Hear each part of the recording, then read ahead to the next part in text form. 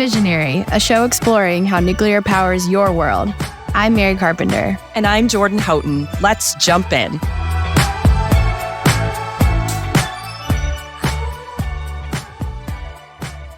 Hi, everyone. Welcome back to Fissionary. Hey, Jordan.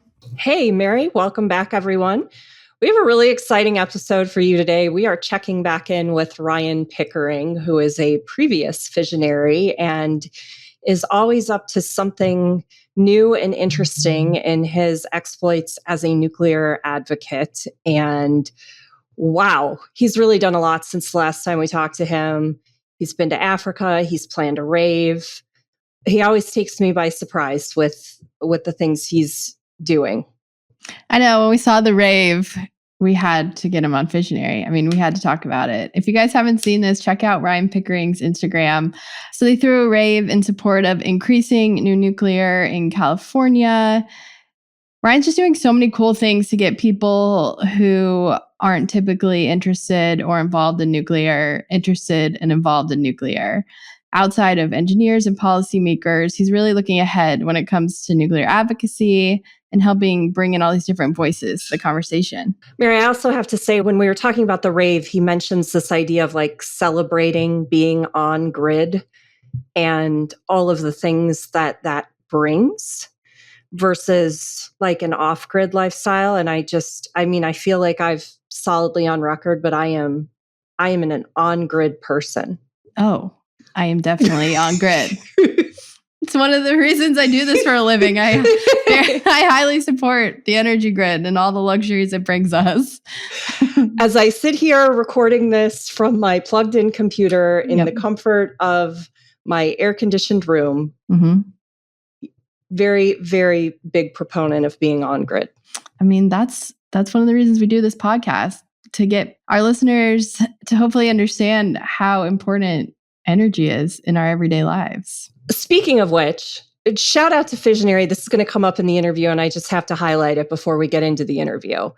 Ryan linked up with Ralph from last season because of the podcast, which was so exciting to hear. And Ralph helped do the artwork for the rave, which I just think is so cool. I know. They're both so cool. I'm so glad they connected.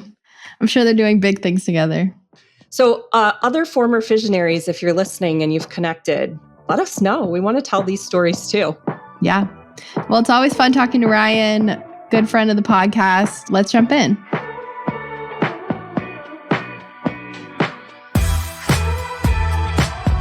Today, we're joined by someone you might recognize from season 2, Ryan Pickering. Ryan is a vice president of Native Nuclear and a policy advisor at the U.S. Department of Energy. He co-founded the NICE, Nuclear is Clean Energy Club, to bring students from all disciplines into conversations about clean energy. His work spans grassroots organizing, international diplomacy, and Indigenous advocacy, all aimed at making nuclear more inclusive, just, and practical. Ryan, thanks for joining us. It's great to see you again. Good to see you, Mary. Thanks for the opportunity.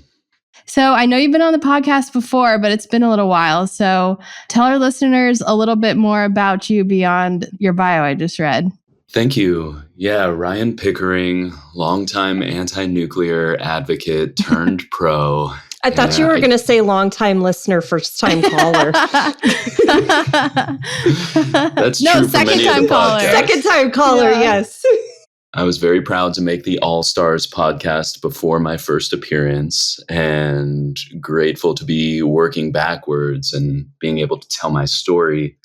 When I changed my mind on nuclear in 2021, I just wanted to get involved in every facet. I was fascinated. And that's led me to this complex bio that you read off. And, everything's going really well. I'm so grateful for my work with the Department of Energy. And I continue to learn and have some amazing mentors through that program. And I'm looking forward to passing all this incredible knowledge that I'm gaining onto this new generation of the new nuclear professionals who are coming into the space, who are, actually going to be the recipients of this ubiquitous clean energy that we're building in this country and around the world. Ryan, you've said before that you don't have a technical background, that you're kind of a regular person who found your way into this space. What helped you realize that your voice matters in a field that's often dominated by scientists and engineers? Well, I come from grassroots organizing, and what I've learned is for any movement to succeed, you need a lot of voices. And I felt that in nuclear, everyone was trying to throw the dart right at the center of the target and just say this magic spell that would make everyone believe in nuclear. And I think what really is credible is seeing real people talk about this in a variety of different voices and perspectives. And so I thought I would just contribute to that. And I also thought that I could help host more conversations so that we could create, this broad societal movement that would be required for this new industrial economy that's in front of us. So, Ryan, you co-founded NICE, which I mentioned stands for Nuclear is Clean Energy, great acronym, to help students think about what a nuclear-enabled economy could look like. Can you tell us a little bit more about NICE and what the vision is? Yeah, NICE was in many ways a bud of a new flower from the Save Diablo movement, which I was involved in, and so many now legends. We all just were babies back then saying, hey, let's save a nuclear plant in California, the largest source of clean energy for our state. And, Isabel Bemeke came up with that t-shirt, nuclear energy is clean energy. And so we were kind of riffing on that, and we recognized that the acronym NICE was fun. So we just said nuclear is clean energy. And it came out of UC Berkeley, and Grant Mills, who was an undergrad at the time, now a grad student in the nuclear engineering department, and myself and about 3 other people said, we need to make a club. We need to get visible. We were inspired by this movement. And I think Berkeley is the perfect place to do it because we famously are a nuclear-free zone since 1986. The people of Berkeley voted to, ban nuclear weapons research specifically, but also nuclear energy broadly. And that ban still exists today. And it's something that NICE Club is trying to overturn with a petition campaign next school year. And so it's kind of this crucible, right? Like we have a nuclear engineering department. It's the only nuclear engineering department in the state of California. And we wanted to make a stand and say, like, nuclear is clean energy because a lot of, especially back in 2021, the 100% renewable narrative was so dominant.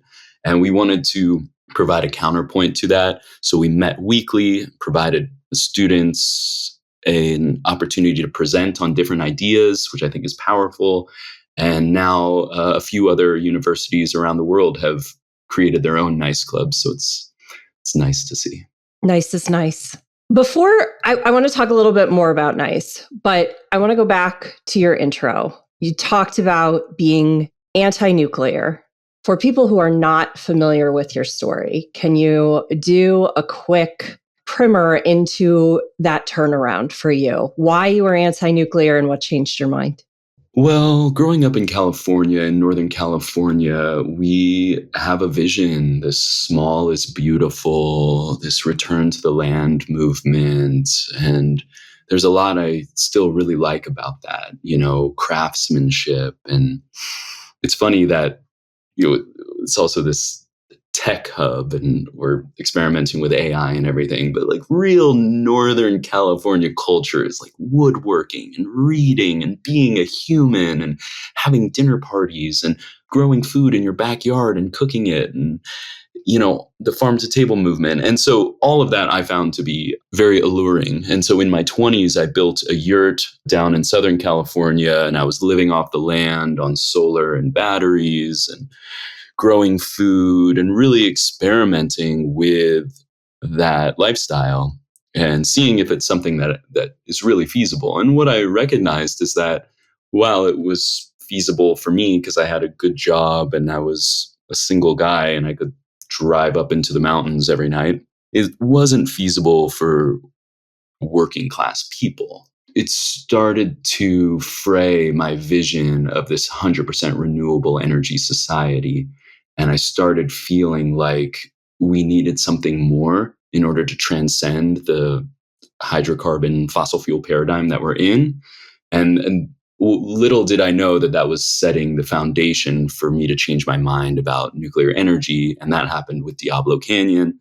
I was reading the San Francisco Chronicle about closing Diablo, even though they said it had a 40-year useful life continuing from now.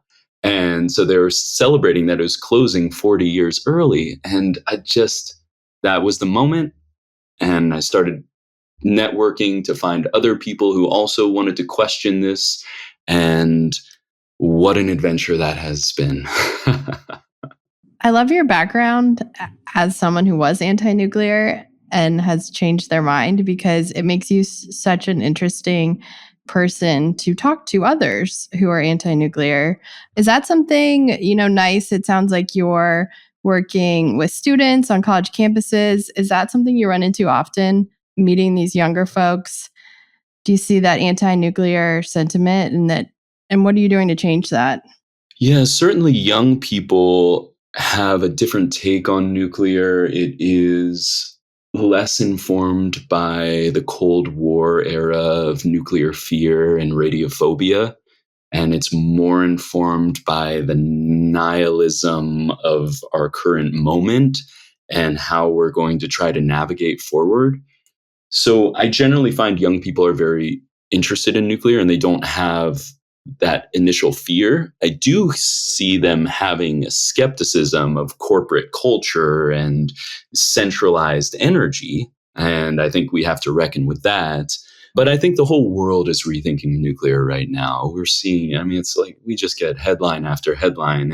And I think the root of that is that we need something to be optimistic about. And I think young people, we've really put a lot of nihilism on them.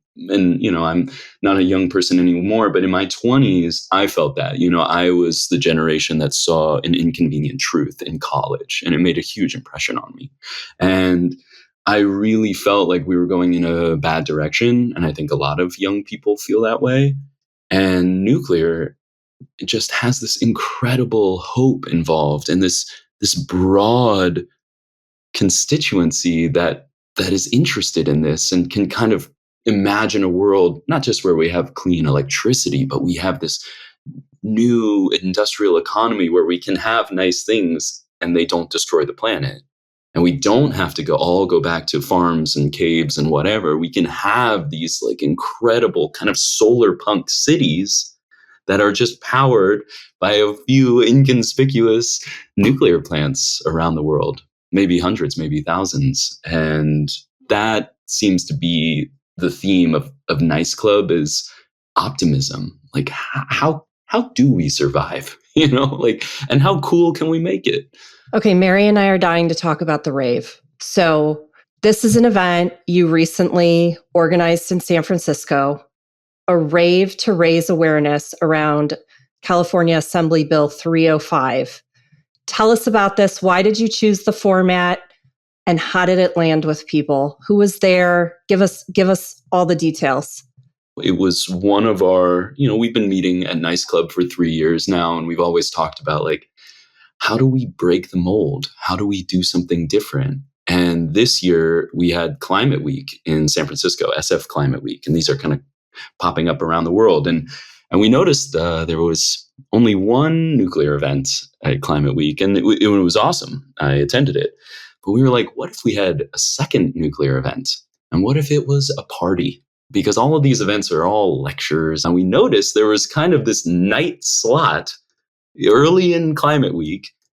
And we were like, what if we just threw a rave? And we didn't even explain it. We were just like a rave for nuclear energy. You can either get that or not. And we just wanted to do it to be punks. We just wanted to like show the Climate Week that we're here and we're going to throw a party and you're welcome to come. And then that idea was germinating. And then Assembly Bill 305 came out in California, and it was to overturn California's nuclear moratorium that's been in place since 1976. And now we're like, so with this, now there's a current event to tack onto it. And then we realized that this Assembly Bill 305 only legalizes nuclear up to 300 megawatts. And we're all big fans of Diablo, which is over 1,000 megawatts. And we're fans of all kinds of nuclear. And we were like, why are we implementing this kind of random, arbitrary megawatt number? And that was confusing to us, which I think plays well into a rave, because raves are inherently confusing. They are loud and you're just kind of like raging and freeing your mind despite all the challenges of the world. And so the way that we wanted to impress the attendees is that we created a small zine, which is just a single page printed paper with some text upside down, and you can fold it into a 4-page booklet. And we kind of say, like, what is nuclear energy on the front page? And it's like fission and, just some basics to respect the audience. And then we provided a context for the rave. There's a moratorium in place. We're considering overturning it. And we need all the nuclear energy we can get. And we also shouted out, like, hey, contact your assembly person and say that we want all kinds of nuclear energy, including Diablo Canyon, which is a proven source. It's been amazing for our state. And why wouldn't we build more of reactors like that as well? And we should allow for that. And then we also took the opportunity to do a little artwork from local San Francisco artist Ralph. And so Ralph kind of did this cool, like, atomic impression on it. And we also called for land back for Tilhini tribe, a Native American tribe whose homeland is around Diablo Canyon. We just wanted to stitch it together, and we thought it was a wild thing. And so, like, what do you do when everything's so complicated in life? You just put on some music and dance. And that's really what we ended up doing. And 350 people came out, and we got written up in some local newspapers, and we had a blast. That's so cool. Ralph was on the podcast last season.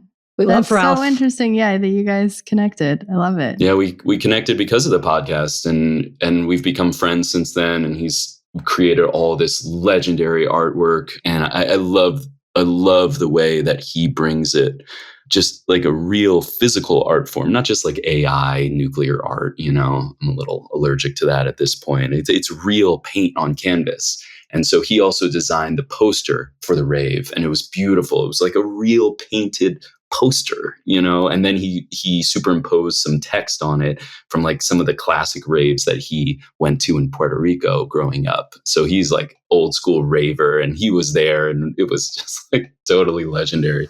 This is so cool. Next time you're going to do something like this, you have to give Mary and I more heads up so that we can come out and be there. I'll hold one of the legalized nuclear signs. I love those. Those looked awesome. I just love that you're doing things that are fun. I mean, it's not a panel, and you're reaching people who wouldn't go sit at a panel. And those are the people we need to be talking to. So how can we do more things like that? I think there's something to be said for living in the moment. And we organized this whole thing in 3 weeks because it just kind of happened, and that's life. And I think a lot of good art and culture and writing comes from inspiration. And so I'm always encouraging all my colleagues to keep writing, keep creating some kind of content somehow, because the world's hungry for it.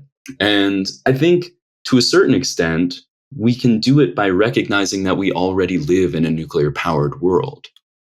And Diablo, whether you like nuclear or not, is powering 9% of every light bulb in the state of California. And so like the nuclear rave was on grid, like we're kind of trying to take back on grid. Almost everything we like in life is on grid. And sure, it's great to get off grid and, go camping and everything. But I think we've over-indexed on off grid. I don't think it's, even if you have a battery on your house, as soon as you go to your local pizza spot, you're back on grid. So no one lives off grid. All factory made materials are on grid. And so I like this movement towards energy realism and just recognizing that we live in a high energy world and that we can continue to party. And I think that's what nuclear energy brings, is instead of this climate catastrophe world where we have to go backwards and it's all going to fall apart and we have to change every way we live, in this new nuclear industrial era, the party will continue. The materials will get better and pollution will go down at every metric, and we can continue to be human and we can continue to party. So my recommendation, Mary, is just every day is a celebration, and that's, I think, how we build a broader coalition, is not saying no to people, is saying yes. That's awesome. That's for every aspect of life, right? Every day is a celebration. Yeah, I think so. Some days are harder than others and everything, but it's an incredible time to be alive. And I'm just so grateful for nuclear because it gives us something big to work on. And that's like with Nice Club and with politics and everything, everyone's coming together around this big idea. And we can work on this for the next 25 years. We can keep our heads down and just build nuclear plants in the United States for 25 years and mind our own business and save the world. And I kind of like that idea. And, the young people do want to build. We want to have meaning and purpose. And when people say that nuclear takes too long or, it's too expensive, we're like, all the money stays here. What else are we going to do? Like, let's get to work, and I think that's going to happen as we start seeing nuclear announcements and, the pledge to triple or quadruple nuclear energy in the United States. Like, this is the biggest tent idea ever. And I'm so excited. And I can't wait to bring more and more young people into this movement because it pays well and we're going to be doing it for life. So speaking of that COP pledge to triple nuclear, you have, since the last time you were on Fissionary with us, gone like really international. You've been traveling all over the place. And I know you were recently in Kenya for a conference that brought together a lot of African nations thinking about nuclear. Tell us, what was that experience like and what did you take away from it? Well, I've been so lucky to gain Charles Oppenheimer as a mentor and his wife, Karen. And they are over in San Francisco and they're talking about how do we move away from nuclear weapons as a society, as a species, and how can we use nuclear energy to move away from nuclear weapons, to disarm nuclear weapons. And I think this is like a very, very important idea. And pulling those things apart is essential for Americans to embrace nuclear, because there are a lot of Americans, in my perspective, feel that if they're endorsing nuclear or supporting nuclear, then they're implicitly supporting nuclear weapons. And I'm hoping that we can create really opposing movements there, or maybe opposing is a strong word, but a lot of distinction and space between those ideas. And so the Oppenheimer Project, which represents J. Robert Oppenheimer and his family as a nonprofit, was invited to Kenya for this nuclear summit that the Department of Energy was involved with and some of the UK nuclear regulators. So I got a ticket to go out to Nairobi and meet with many countries' nuclear regulatory advisory boards. And, from North Africa, Morocco, Algeria, down to South Africa, and East Africa, West Africa. And it was incredible. It was so wonderful to just sit back and hear these nuclear professionals from Africa who have worked for generations on this idea. Ghana, Nigeria, they've been working on this for decades. It made me feel very lucky that we have so much nuclear energy in the United States, and these countries have been seeking it. And, there is only one nuclear reactor in the whole continent. It's down in South Africa. And they also have a medical reactor too. Shout out South African nuclear, real leaders. And to see these other countries really seeking it was inspiring. And it really made me feel like we got to get our act together in the United States, because they were like, you guys are our friends, but you guys don't really show up to the party with any beer. You guys kind of come and it's like, yeah, we'll talk about all of our rules and how much we've thought through this. And they're like, cool, you got any cheap nuclear reactors? And we're like, not really,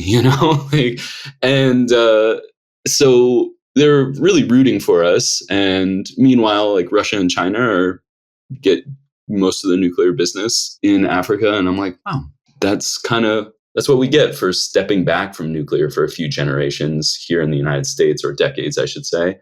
And it really inspired me to do better at home. And I think that's so much of my life, is sometimes I worry about other people and what other people are doing. I'm like, just worry about yourself, Any other exciting trips you've been on lately? Well, I recently returned from Oklahoma City, And what an incredible place. My first time, I traveled there with the Department of Energy and my mentor, Scott Lathrop from Tilhini Tribe and the founder of Native Nuclear, a new nonprofit that's creating scholarships for Native American students to get involved in nuclear energy and this broader STEM field and this like new industrialism that's happening. And it was incredible. We went to the First Americans Museum, which is a brand new museum. It represents 39 tribes in Oklahoma. Incredible, really one of the top Native museums in the world. And we invited tribes to come meet with us. And I got to, witness Scott and these tribes talking about all kinds of industrial activity, including nuclear and storing nuclear fuel and remediating land and moving beyond some of the tribal narratives around uranium mining and nuclear energy. And so that was incredible to watch. And it's been really exciting to see the United States continue to grow our respect for our native neighbors who are sovereign countries in our own nation. And I just didn't, growing up, I didn't have that much experience with that. So to see that on full display made me really proud to be an American and see all the strides that we're making there to achieve something incredible in this country. What inspired you to get involved in the work of Native Nuclear and work with the Indigenous communities? Well, it actually all goes back to Diablo Canyon, because during our advocacy campaign, I remember having this thought, we should look up who the local tribe is here, see what they're about. And lo and behold, I found this tribal elder named Scott Lathrop, who, is a powerful figure in his tribe.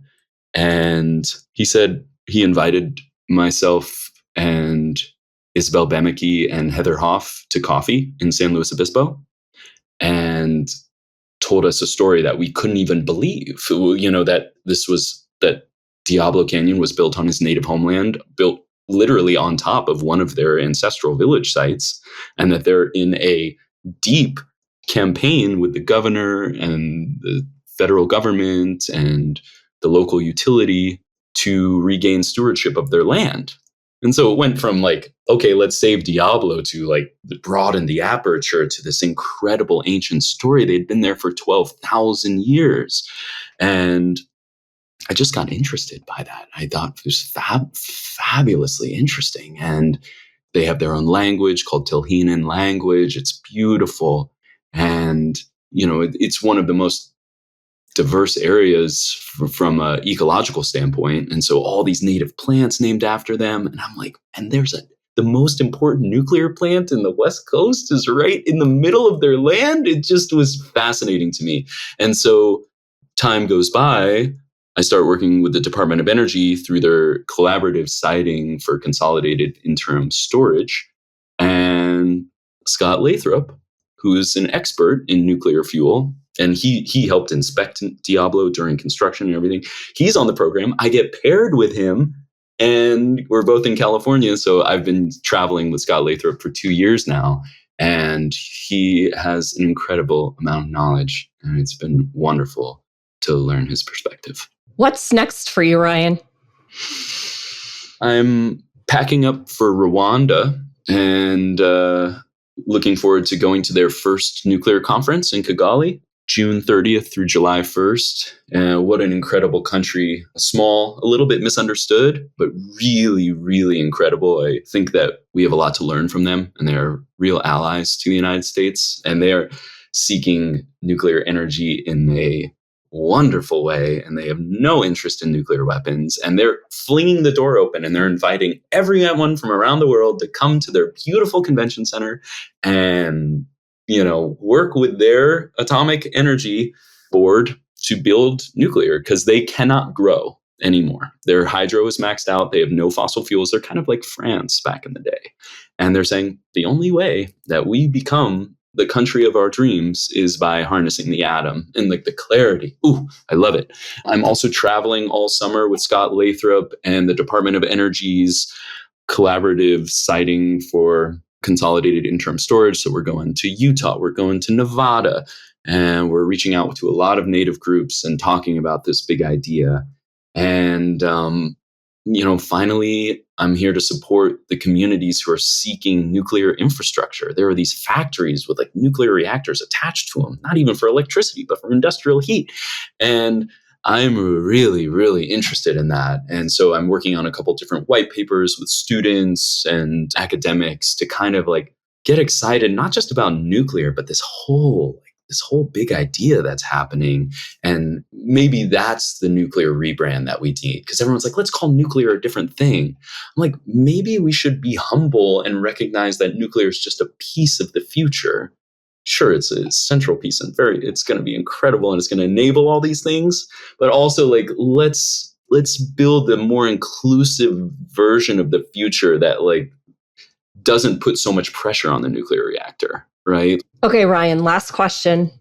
What book are you reading or have you just finished reading that you would recommend to our listeners?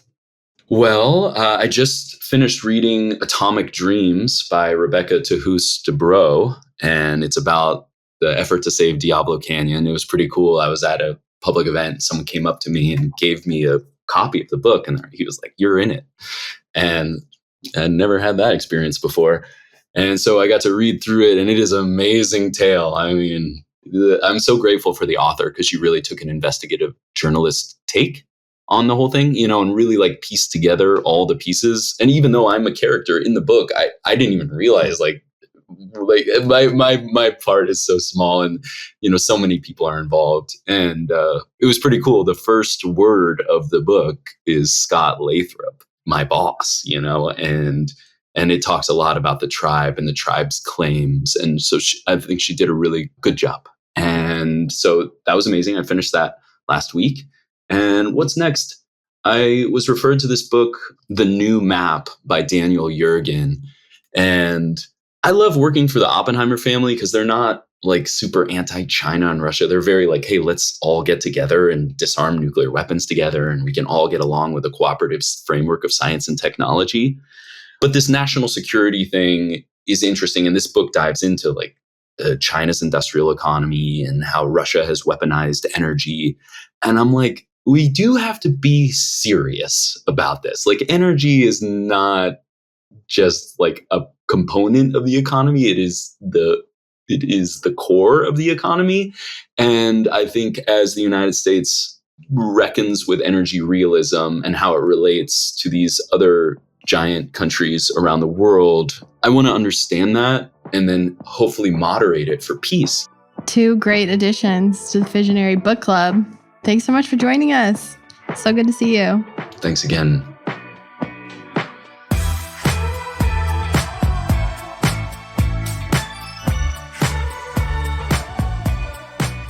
Always a fun conversation with Ryan. So glad to have him back on the podcast. Yeah, and I have to say, I appreciate the rave, but I do feel like even in my own home, every night is a nuclear party. When the lights come on, when the AC's on, when I'm streaming some good TV, that's my kind of party. Yeah, we celebrate nuclear every night. As long as you live in an area that's powered by nuclear. And I do in the great state of Maryland. There you go. That's awesome. Well, thank you all so much for tuning in and hanging out with Mary and I again. And thanks to Ryan for coming back on the podcast to chat with us. Always great to catch up. And if you're interested in learning about NICE or Native Nuclear, check out nice-future.org or nativenuclear.org. Thanks again for listening. We have more episodes coming soon, so make sure to subscribe on Apple, Spotify, or wherever you listen to stay updated on all things visionary. See you next time.